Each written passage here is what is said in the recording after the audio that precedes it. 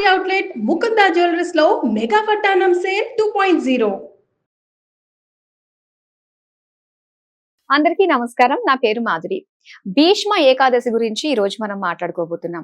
భీష్మ ఏకాదశి రోజు మనం చేయాల్సిన ముఖ్యమైన విషయాలు ఏమిటి, అలాగే భీష్మ ఏకాదశి యొక్క విశిష్టత ఏమిటి, అలాగే భీష్మ ఏకాదశి రోజు మనము ఎలాంటి దానాలు చేస్తే మంచి ఫలితాలు ఉంటాయి, అలాగే ఆ యుద్ధ భూమిలో భీష్ముడు అంపశయ్య మీదే ఎందుకు పడుకున్నాడు, దాని వెనక గల కారణాలు ఏంటి, ఇలాంటి ఆసక్తికరమైన విషయాలు తెలియజేయడానికి మనతో పాటు ఉన్నారు ప్రముఖ జ్యోతిష్య నిపుణులు బ్రహ్మశ్రీ నందిబట్ల శ్రీహరి శర్మ గారు.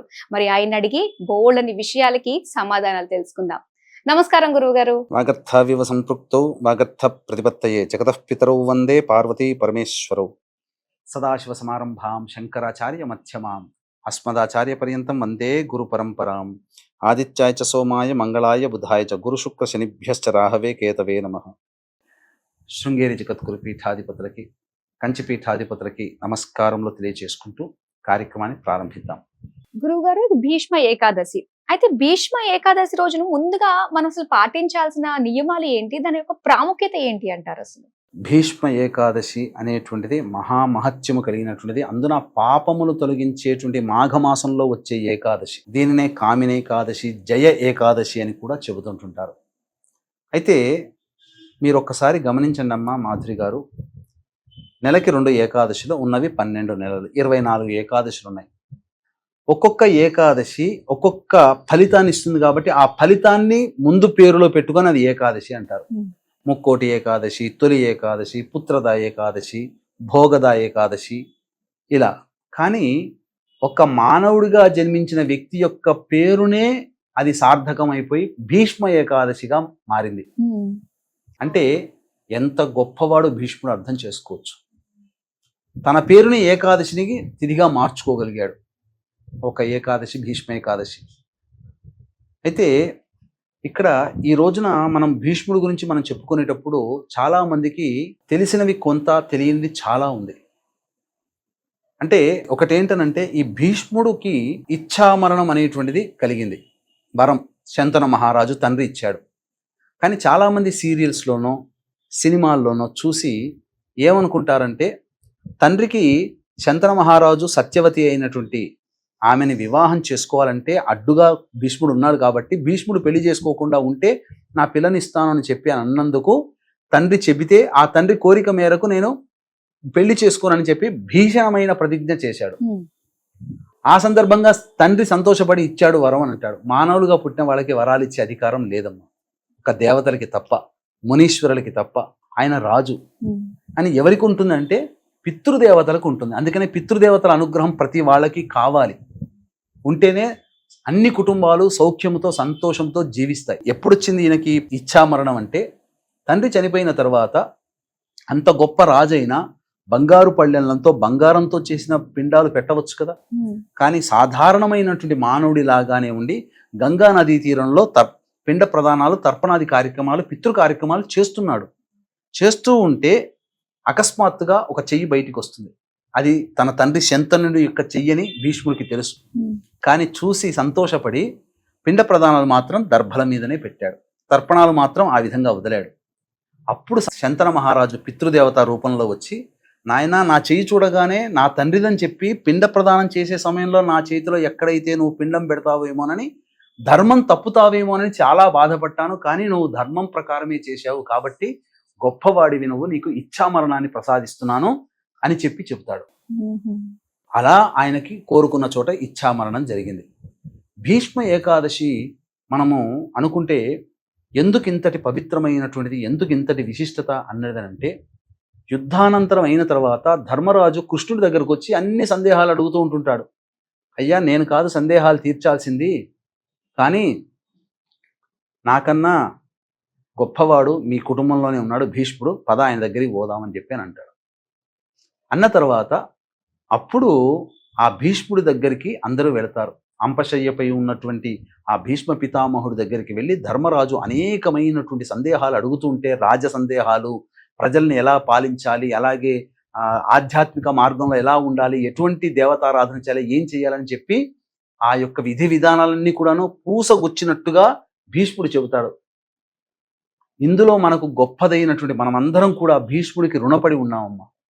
ఏంటనంటే మనమందరం కూడా ప్రతిరోజు నిద్రలేవగానే విష్ణు యొక్క అనుగ్రహం పొందడం కోసం ప్రతి దేవాలయంలో ప్రతి ఇంట్లో చాలా మటుకు 100కి 80% మంది హిందువులు విష్ణు సహస్రనామ పారాయణాన్ని చేస్తున్నారు కదా. ఆ విష్ణు సహస్రనామ పారాయణం భీష్ముడి ద్వారానే వచ్చింది. మరి ఆయనకు రుణపడి ఉండాలి కాబట్టి అష్టవస్తుల్లో ఒకడైనటువంటి వాడు కాబట్టి అటువంటి భీష్ముడికి నిర్యాణం చెందినటువంటి రోజున భీష్మ తర్పణం కూడా చేయాలని మనకు శాస్త్రం చెప్పబడి ఉంది. అంటే ప్రాణ ఉపాన ఉదాన సమాన వ్యాన అనేటువంటి 5 ప్రాణాలు పంచప్రాణాలు ఏవైతే ఉన్నాయో ఆ పంచప్రాణాలన్నీ కూడాను అష్టమి నుంచి, అందుకే భీష్మాష్టమి అయ్యింది మొట్టమొదటిది. అష్టమి, నవమి, దశమి, ఏకాదశి, ద్వాదశి పంచప్రాణాలన్నీ కూడా ఒక్కొక్కటి ఒక్కొక్క రోజులో వదులుతూ వెళ్ళాడు. తన ప్రాణాన్ని భీష్ముడు ఎంతటి గొప్పవాడంటే గొప్ప యోగాభ్యాసాన్ని అభ్యసించినవాడు. అతనికి తెలుసు శరీరంలో నాడులు ఎలా ప్రేరేపణ చేయాలని చెప్పి పంచప్రాణాలన్నీ కూడాను పాదాల నుంచి కపాలం వరకు తీసుకొచ్చి అక్కడ కపాల మోక్షం భేదించి తద్వారా ప్రాణాలన్నీ కూడాను ఆకాశంలో అంతరిక్షంలో కలిసిపోయాయి. యోగాభ్యాసం చేస్తే తప్ప అటువంటి ప్రాణము పోదు. అంతటి గొప్ప అంటే ఆ రోజుల్లోనే యోగాన్ని అభ్యసించాడు భీష్ముడు. కాబట్టి భీష్ముడు చాలా గొప్పవాడమ్మా, ధర్మజ్ఞుడు, వీరుడు, శూరుడు. అసలు చెప్పాలంటే అనేకమైనటువంటి శుభ లక్షణాలు కలిగినటువంటి వాడు భీష్ముడు. కాబట్టి ఆ భీష్మ ఏకాదశి రోజున భీష్మ తర్పణం చేయాలి. ఏ విధంగా చెయ్యాలి అని అంటే అందరూ కూడా వీక్షించేటువంటి ప్రేక్షకులు అందరూ కూడా చేయాల్సినటువంటిదే. ఒక గ్లాసులో నల్ల నువ్వులు వేసి అందులో నీళ్లు పోసి ఒక బౌల్ తీసుకొని ముందుగా గణపతికి నమస్కారం చేసుకొని ఈ రోజున భీష్మ ఏకాదశి సందర్భంగా ఈ రోజున నేను తర్పణాలు వదులుతున్నాను భీష్ముడికి అని చెప్పి అనుజ్ఞ ఇవ్వని చెప్పి గణపతి యొక్క అనుజ్ఞ తీసుకొని అప్పుడు ఆ నువ్వులు నీళ్లలో ఉన్నటువంటి నువ్వులతో సహా నీటిని ఆ చేతిలో ఆ కుడి చెయ్యి అరచేతిలో వేసుకొని కళ్ళు మూసుకొని వైయాఘ్రపద గోత్రజుడైనటువంటి భీష్మ పితామహుడు అపుత్రీకుడు అనగా సంతానము లేనివాడు బ్రహ్మచారి నియమనిష్ట గరిష్ఠుడు గంగా తనయుడు శూరుడు ఆజన్మ బ్రహ్మచారి అయినటువంటి భీష్ముడికి నేను తర్పణం వదులుతున్నానని చెప్పి ఆ భీష్ముని పేరు తలుపుకొని భీష్మ తర్పయామి తర్పయామి తర్పయామి అని ఈ కుడి చేతి బొటన వేలు కింద ఈ విధంగా నీరు వదలాలి. ఈ విధంగా భీష్మ తర్పణం 3 సార్లు చేయాలి.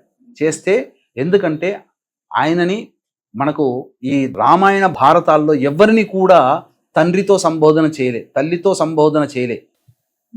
కానీ తాతతో సంబోధన మాత్రం పితామహుడు అని అంటే మాత్రం భీష్ముడిని కదా. అవునండి. కాబట్టి భీష్మ పితామహుడు అని అన్నారు. అంటే మనం అందరం కూడా ఆయనకి మనవళ్ళమే, ఆయన సంతానమే. కాబట్టి ఆయన పెళ్లి చేసుకోలేదు, బ్రహ్మచారి నియమంగా ఉన్నాడు. కాబట్టి ఆయనకి ఎక్కడ ఉన్నా ఆయన ఆత్మ ఎక్కడ ఉన్నా మంచి జరగాలనే ఉద్దేశంతో తర్పణాలు ఖచ్చితంగా ఆ రోజున వదలాలి. అంటే ఆడ మగ అనే తేడా ఎవరైనా వదలవచ్చునమ్మా, అందరూ కూడా ఆయనకి సంతానమే.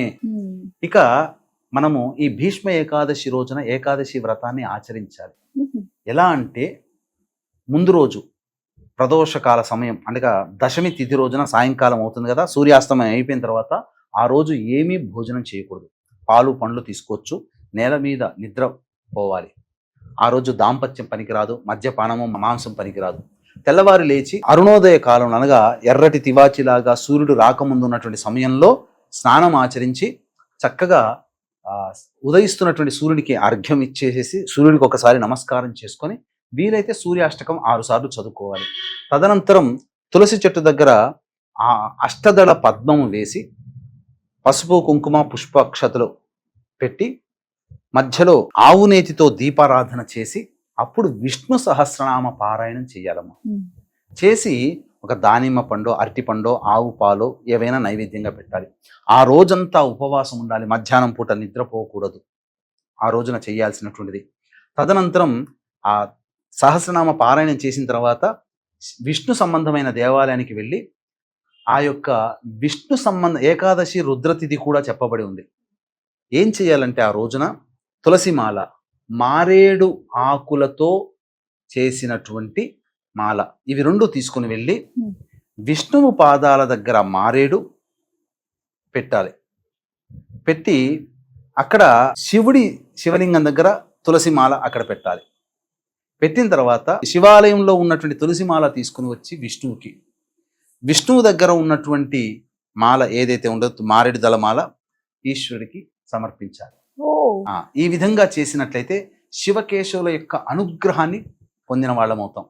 ఆ రోజు ఏకాదశి తిథి రోజున ఎటువంటి పదార్థములనగా మద్యపానము, ధూమపానము, మాంసము, దాంపత్యము, ఎవరిని పెద్దవాళ్ళని ఆడవాళ్ళని ఎవరిని బాధించకుండా ఉండి సత్యవ్రతాన్ని అనగా సత్యం మాట్లాడుతూ ఉండి గనక చేసి తెల్లవారి మళ్ళీ అరుణోదయ కాలంలో కాలకృత్యాదులు తీర్చుకొని మళ్ళీ తులసి చెట్టు దగ్గర ఆవునేతితో దీపారాధన చేసి విష్ణు సహస్రనామ పారాయణం చేసి ఇంట్లో కిచెన్ రూమ్లో మనం చేసుకున్నటువంటి వంట పదార్థాలు అవన్నీ కూడాను కొద్ది కొద్దిగా నైవేద్యము ఆ తులసి చెట్టు దగ్గర పెట్టి ఎవరైనా అనాథులు అభ్యాగతను పిలిపించి వారికి అన్న సంతర్పణ చేసి లేదా వృద్ధాశ్రమాల్లో కానీ అనాథాశ్రమంలో పండ్లు ఇతర పదార్థాలు వాళ్ళకి పంచి ఇంటికి వచ్చి వండుకున్నటువంటి నైవేద్యంతో సహా అందరూ భోజనం చేస్తే ఏకాదశి వ్రతాన్ని ఆచరించిన వాళ్ళం అవుతాం. అలాగే గురువు గారు, ముఖ్యంగా భీష్ముడు గురించి మనం మాట్లాడుకోవాలంటే ఆ యుద్ధ భూమిలో మొత్తం అంతా కూడా అంపశయ్య మీద ఆయన పడుకున్నారు కదండి. ఆయన అంతటి మహారాజు తలుచుకుంటే అక్కడ అవసరం లేదు, ఎవరికి వాళ్ళు అందరూ వెళ్ళిపోతున్నా కూడా ఆయన మాత్రం రాత్రి పగులని తేడా లేకుండా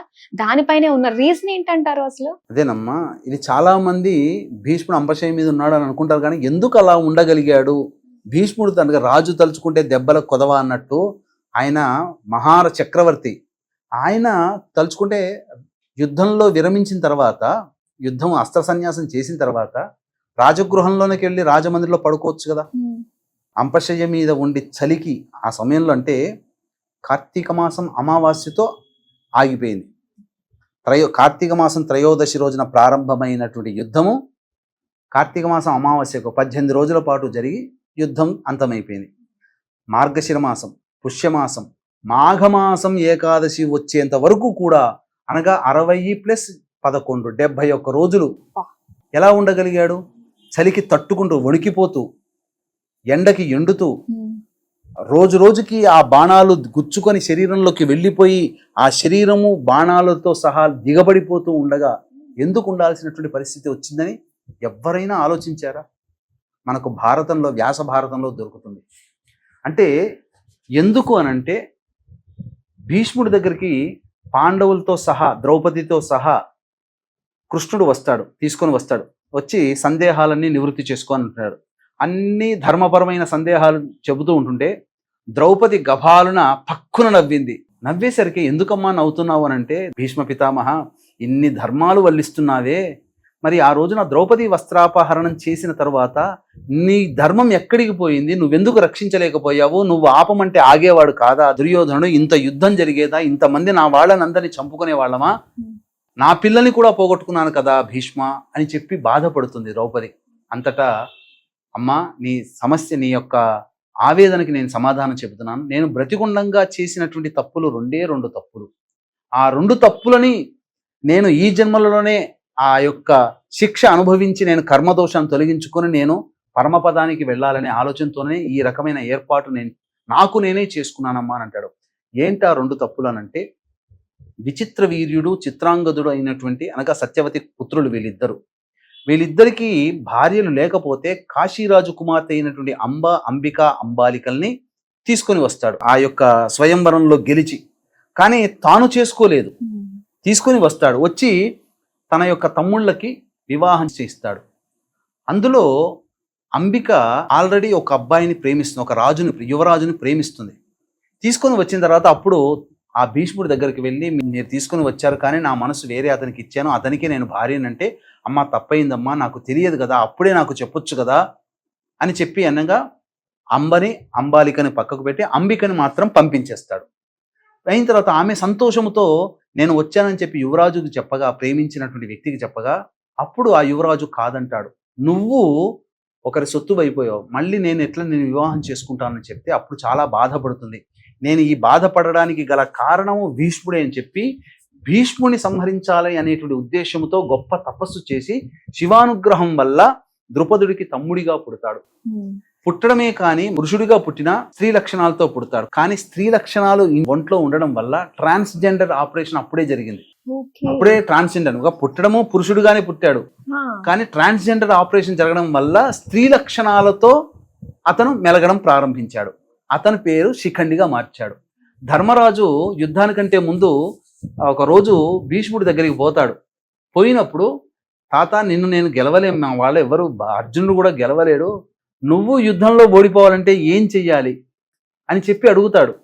అడిగితే అప్పుడు ధర్మరాజుకి చెప్తాడు, భీష్ముడికి తెలుసు అంబ ఈ విధంగా చేసుకుంది, అక్కడ జన్మెత్తింది, కాబట్టి నేను యుద్ధంలో ఉండకూడదు అని అంటే ఆ రాజుకున్నటువంటి ఒక గొప్ప లక్షణం ఏంటంటేనమ్మా, చేస్తే పురుషులతోనే యుద్ధం చేయాలి, లేదా వీర వనితలతోనైనా చేయవచ్చును, అటు ఇటు కాని వాళ్ళతో యుద్ధం చేయకూడదు. కాబట్టి అటు ఇటు కాని వ్యక్తులు, థర్డ్ జెండర్ ఎవరైతే ఉంటారో వాళ్ళతోనైతే నేను యుద్ధం చెయ్యను అని అంటాడు. అలా ఆ విధంగా జరిగినటువంటి సంఘటనమ్మ. ఆ విధంగా శిఖండి రావడం, అస్త్ర సన్యాసం చేయడం చేస్తాడు. ఇక రెండవ తప్పుగా ఒక తప్పు జరిగింది. వీక్షించేటువంటి ప్రేక్షకులు గమనించాల్సినది ఏంటంటే, మాఘ పౌర్ణమి ఫిబ్రవరి 12వ తేదీన జాతకరీత్యా అనగా 144 ఏళ్లకు ఒకసారి వచ్చే మహాకుంభమేళ త్రివేణి సంగమం ప్రయాగరాజ్ క్షేత్రంలో జాతకరీత్యా కలుగు విద్య, వివాహ, ఉద్యోగ, దాంపత్య, సంతాన, అనారోగ్య సమస్యల నివారణకి, అలాగే ఇప్పుడు 2025 సంవత్సరంలో శని 12 రాశుల వారికి బాధిస్తాడు. కావున శని దోషాలు 12 రాశుల వారికి ఉంటాయి కాబట్టి శని దోష నివారణ హోమాలు, ఇప్పుడు సమస్యలు ఎదుర్కొంటున్నామంటే అవి గత జన్మ కర్మదోష నివారణ హోమాలు పర్ హెడ్ 2100 రూపాయలకి చేయించడం జరుగుతుంది. అలాగే మనకు పుష్కరాలు ఎలాగో కుంభమేళా కూడా అలాగే. కావున భర్త వైపు 3 తరాలు, భార్య వైపు 3 తరాల్లో మరణించిన వారి యొక్క ఆత్మతృప్తి కోసం 13వ తారీఖు రోజున మఖా నక్షత్రం, పితృదేవతా నక్షత్రం ఉన్నటువంటి కారణం రోజున, ఆ రోజున బ్రాహ్మణుని కర్తగా పెట్టి పిండ ప్రధాన కార్యక్రమాలు అనేటువంటి చేయించడం జరుగుతుంది. తర్పణాలు కూడా జరుగుతాయి. ఇవి మనకు సమయము అలాగే పరిస్థితులు అనుకూలిస్తే ప్రయాగ క్షేత్రంలో చేయించడం జరుగుతుంది. ఒకవేళ అనుకూలించకపోతే ఖచ్చితంగా కాశీ క్షేత్రంలో ఈ కార్యక్రమాలు చేయించడం జరుగుతుందని గమనించగలరు. ఇక రెండవ తప్పు ఏం చేశాడంటేనమ్మా, నిండు సభలో ద్రౌపదికి మానభంగం జరుగుతున్నటువంటి సందర్భంలో అందరూ కూడా ఉండగా, నిలువరించగలిగే శక్తి ఉండగా భీష్ముడు ఆగిపోతాడు. ఎందుకంటే రాజధర్మాన్ని పాటించాడు కానీ మానవతా ధర్మాన్ని పాటించలేదు. రాజధర్మం కంటే మానవతా ధర్మం గొప్పది. ఒక వ్యక్తి బాధపడుతున్నాడు, సమస్యలతో ఇబ్బంది పడుతున్నాడు, లేకపోతే ఎంతో చెప్పుకోలేని బాధను అనుభవిస్తున్నాడంటే నీ ధర్మాన్నైనా వదిలిపెట్టి మానవతా ధర్మాన్ని పట్టుకోమని మనకు ధర్మశాస్త్రం చెప్పబడింది. కానీ రాజధర్మాన్ని అనగా దుర్యోధని ఉప్పు తిన్నటువంటి కారణం చేత మారు మాట్లాడకుండా నిండు సభలో ద్రౌపది అడిగినప్పటికీ కూడా తలకాయ ఉంచుకున్నాడు, కానీ ద్రౌపదిని రక్షించే ప్రయత్నం చేయలేదు. ఒక్క మాట దుర్యోధని అంటే ఆగిపోయేవాడు, కానీ ఆ మాట చేయలేకపోయాడు, ధర్మం తప్పాడు. ఆ కృష్ణుడు అదే చెబుతాడు, నేను గనక అదే ఆ సభలో నేను గనక ఉంటే పాండవుని సంహరించేవాడిని అని అంటాడు. ఎందుకనంటే పాండవులు కూడా ఎవ్వరూ కూడా ఆ సమయంలో మానవతా ధర్మాన్ని ప్రదర్శించలేదు. పాండవుని కూడా చంపాలి, కానీ ఇంతటి యుద్ధం జరగాలంటే వాళ్ళు ఉండాలి అనే ఉద్దేశంతోనే నేను. కానీ భీష్ముడు కూడా ఆ విధంగా ధర్మాన్ని పాటించలేకపోయాడు కాబట్టి అది పాపం. ఆ పాపాన్ని కడిగించుకోవడం కోసమే అంపశయ్య మీద మహాభారత యుద్ధంలో యుద్ధ విరమణ చేసిన దారభ్యత ఏకాదశి వచ్చేంత వరకు కూడా వేచి ఉండి, ఆ ఎండకు ఎండి, వానకి తడిచి, అలాగే చలికి తట్టుకొని శరీరం కృంగి కృషించిపోతూ ఉన్న సమయం వరకు కూడా ఉండి ప్రాణాలని నిలబెట్టుకొని మాఘమాసంలో ఏకాదశి తిథి వరకు ఉండి ఆ కర్మనంతా, ఆ దోషాన్నంతా అనుభవించి, నేనిప్పుడు ఏకాదశి రోజున ప్రాణం వదులుతున్నానమ్మా, నీకు చేసిన ద్రోహానికి నేను కూడా చింతిస్తున్నాను, నన్ను నేను శిక్షించుకుంటున్నాను అని చెప్పగా అప్పుడు ద్రౌపది కూడా సంతోషిస్తుంది, శాంతపడుతుంది. అది అంపశయ్య మీద ఉండడానికి గల కారణం. ఈ 2 తప్పులు చేశాడు కాబట్టే స్త్రీకి చేసినటువంటి తప్పుల్ని శిక్ష అనుభవించేసేసాడు. ఆ విధంగా అన్ని రోజులు ఆయన వెయిట్ చేయాల్సి వచ్చింది ప్రాణం పోయేంత వరకు. గురుగారు, అలాగే ఈ రోజు ఏమైనా దానాలు చేసుకుంటే మంచిదంటారా? విశేషముగా విష్ణు సహస్రనామం ఆయన ద్వారానే వచ్చింది కాబట్టి విష్ణు సహస్రనామ పారాయణ గ్రంథాన్ని దానం చేయడం చాలా విశేషం. ఇక రెండవది ప్రధానంగా ఆ రోజున వస్త్రదానము, గొడుగు దానము, చెప్పుల దానం బ్రాహ్మణికి చేయవచ్చు, లేదా అవసరం ఉన్నటువంటి వాళ్ళకి ఇవ్వవచ్చు. ముఖ్యంగా ఏకాదశి రోజున అన్నదానం చేయకూడదు, కానీ ద్వాదశి రోజున విశేషంగా అన్నదానం చేయవచ్చు. అలాగే ప్రయాగ కాశీ క్షేత్రంలో మన ఆధ్వర్యంలో అన్నదాన కార్యక్రమాలు జరుగుతున్నాయి. అవకాశం ఉంటే వాటిలో కూడా దానాది కార్యక్రమాలు కూడా పాల్గొనవచ్చు. చాలా సంతోషం గురుగారు. భీష్మ ఏకాదశికి సంబంధించి చాలా మందికి తెలియని ఎన్నో విషయాలు మా అందరికీ తెలియజేసినందుకు ధన్యవాదాలండి. సర్వం శ్రీ ఉమామహేశ్వర పరబ్రహ్మార్పణమస్తు. చూసారు కదా, గురువు గారు చెప్పినట్టుగానే భీష్మ ఏకాదశి రోజులు మనం పాటించాల్సిన నియమాలు, విధి విధానాలు ఏంటా అని తెలుసుకున్నాం కదా. మరి అందరం కూడా పాటిద్దాం. మరో చక్కటి ఎపిసోడ్ లో మళ్ళీ మీ ముందుంటాం. అంతవరకు సెలవు. నమస్తే.